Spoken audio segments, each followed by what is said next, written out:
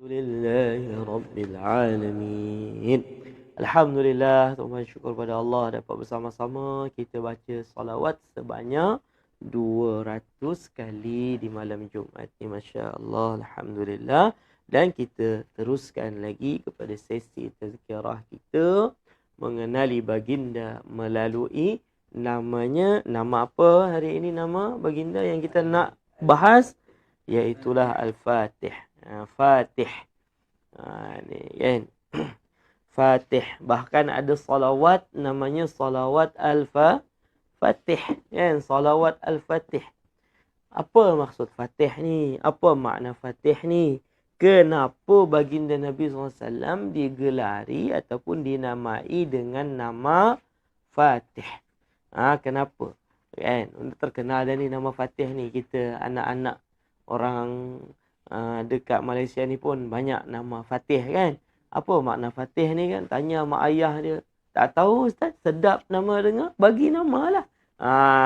Janganlah macam tu. Satu, Fatih ni salah satu di antara nama baginda. Artinya bila dibagi nama ni kepada Nabi, artinya makna Fatih ni luar biasa. Kan? Hebat maknanya ni. Apa maknanya? Macam mana penerangan, keterangan, syarahan tentang nama Al-Fatih ni? InsyaAllah sebentar lagi tuan-puan kita akan terangkan melalui buku yang saya tulis ni lah. Direngkaskan sahaja tuan-puan. Kalau nak tulis panjang-panjang, buku ni jadi terlalu tebal. Jadi memang kita cukupkan satu muka surat tu je. Untuk penerangan setiap nama yang disebutkan di awal tu ada 35 nama baginda Nabi SAW. Malam ni kita nak bahas nama iaitulah Fatih ataupun kita sebut Al-Fatih. Apa maksud nama ni? Apa maknanya? Macam mana penerangan tentang nama ni? Baik, silakan Ustaz Aslam tolong bacakan kitabnya. Bismillahirrahmanirrahim. Di dalam sebuah hadis qudsi dinyatakan bahawasanya Allah Subhanahu wa taala berfirman, "Wa ja'altuka fatihan khatiman." Artinya, dan kujadikan engkau sebagai pembuka dan penutup. Ni. Dalilnya dalam hadis qudsi Allah nyatakan wa ja'altuka, dan aku jadikan engkau sebagai Fatih. Ini kan. Fatih itu artinya apa? Pembuka. Dan Nabi ni juga khatim, penutup. Kan, Nabi pembuka dan Nabi SAW penutup. Baik. Maksud pembuka yang kita nak bahas ni ialah nama Nabi SAW Fatih tu. Kan? Apa maksud pembuka ni? Apa yang dibuka ustaz? Ni kan. Kita semua ni buka juga. Buka macam-macam lah buka. Maksud Nabi SAW ni sebagai pembuka. Apa yang dibuka oleh Nabi SAW? Apa yang terbuka dengan sebab Nabi SAW? Ini yang kita nak baca. Nak nak hayati di malam hari ini insyaAllah. Silakan. Baginda pembuka segala kebaikan. Dengan baginda, Allah Subhanahu wa taala buka pintu petunjuk setelah tertutup begitu lama. Baik. Ada yang tanya dekat ruangan komen tu muka surat berapa? Lupa nak bagi tahu tuan-puan. Penerangan ni, keterangan ni pada muka surat 83. Nama Nabi Al-Fatih ni Fatihun tu 83.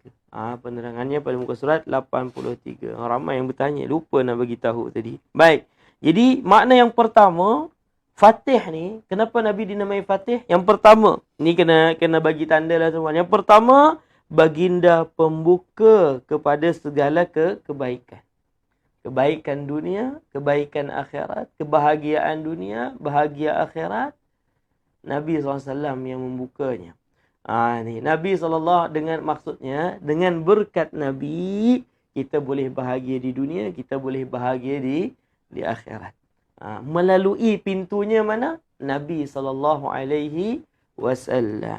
Yang kedua, dengan baginda Allah buka pintu petunjuk setelah tertutup begitu lama. Pintu petunjuk tertutup begitu lama. Sebab apa? Jarak antara Nabi SAW dengan Nabiullah Isa. Kan? Sebelum Nabi SAW adalah Nabi Isa. Tapi jarak antara baginda Nabi dengan Nabi Isa tu lama tuan-puan. Lama pintu hidayah tertutup. Maksudnya dunia ini kekosongan daripada Nabi-Nabi. Antara jarak ni antara Nabi Muhammad dengan Nabi Isa. Lama. Kan? Beratus tahun lamanya. Kemudian lahirlah baginda Nabi SAW. Terbuka balik pintu petunjuk yang dah lama tertutup. Itu maksudnya. Itu makna Fatih yang kedua. Terus.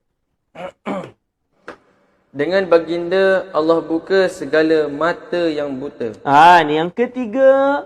Terbuka segala mata yang buta. Bukanlah mata yang buta yang secara fizikal ni, bukan. Tapi maksudnya mata hati.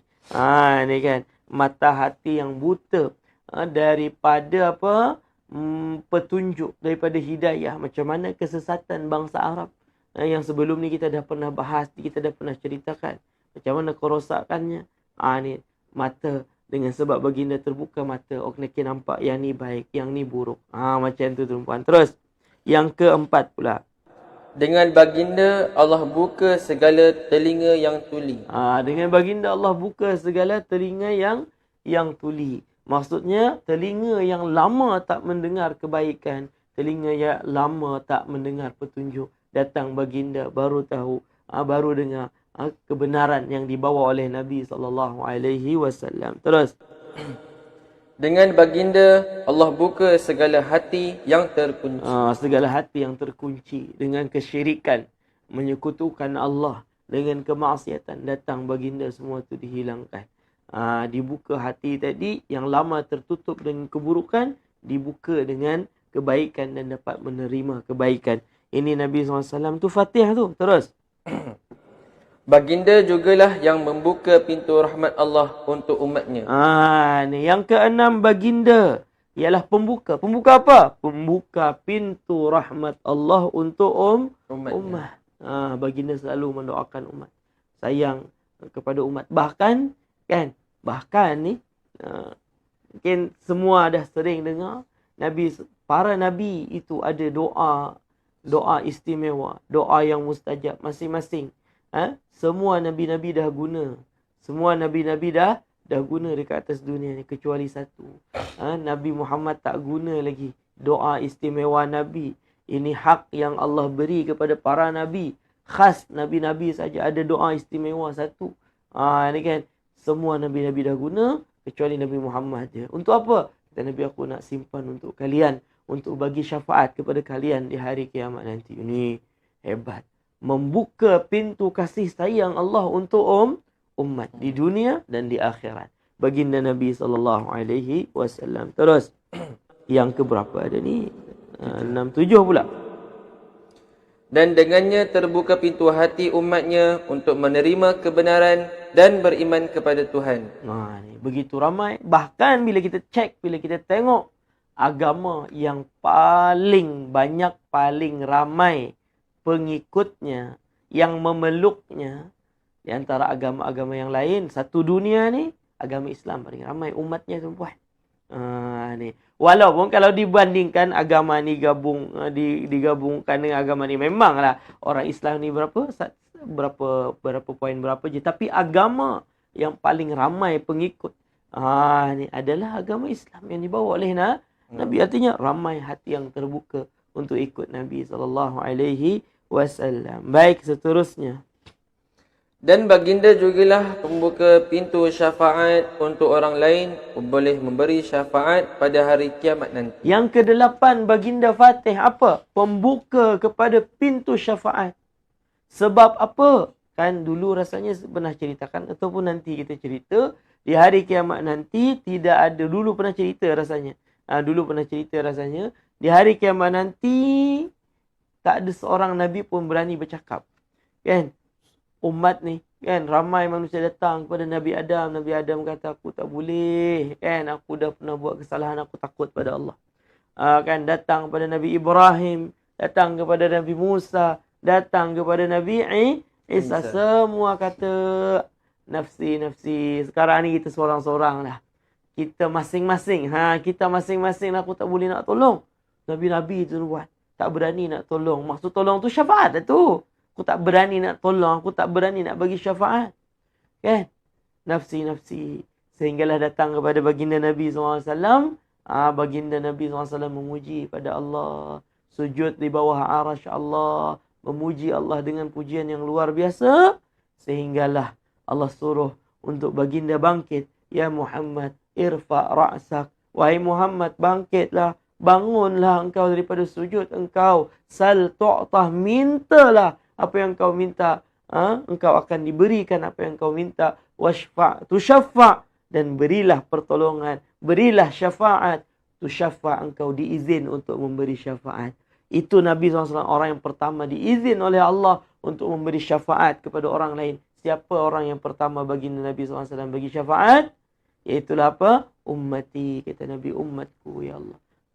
Selamatkan umat saya. Saya nak tolong umat saya. Subhanallah. Selepas itulah baru boleh yang lain-lain bagi syafaat. Nabi-nabi yang lain bagi syafaat untuk umat-umat mereka. Ulama bagi syafaat kepada murid-muridnya. Orang mati syahid bagi syafaat kepada ahli keluarganya. Sebelum tu tak ada yang berani dan tak ada yang dibenarkan.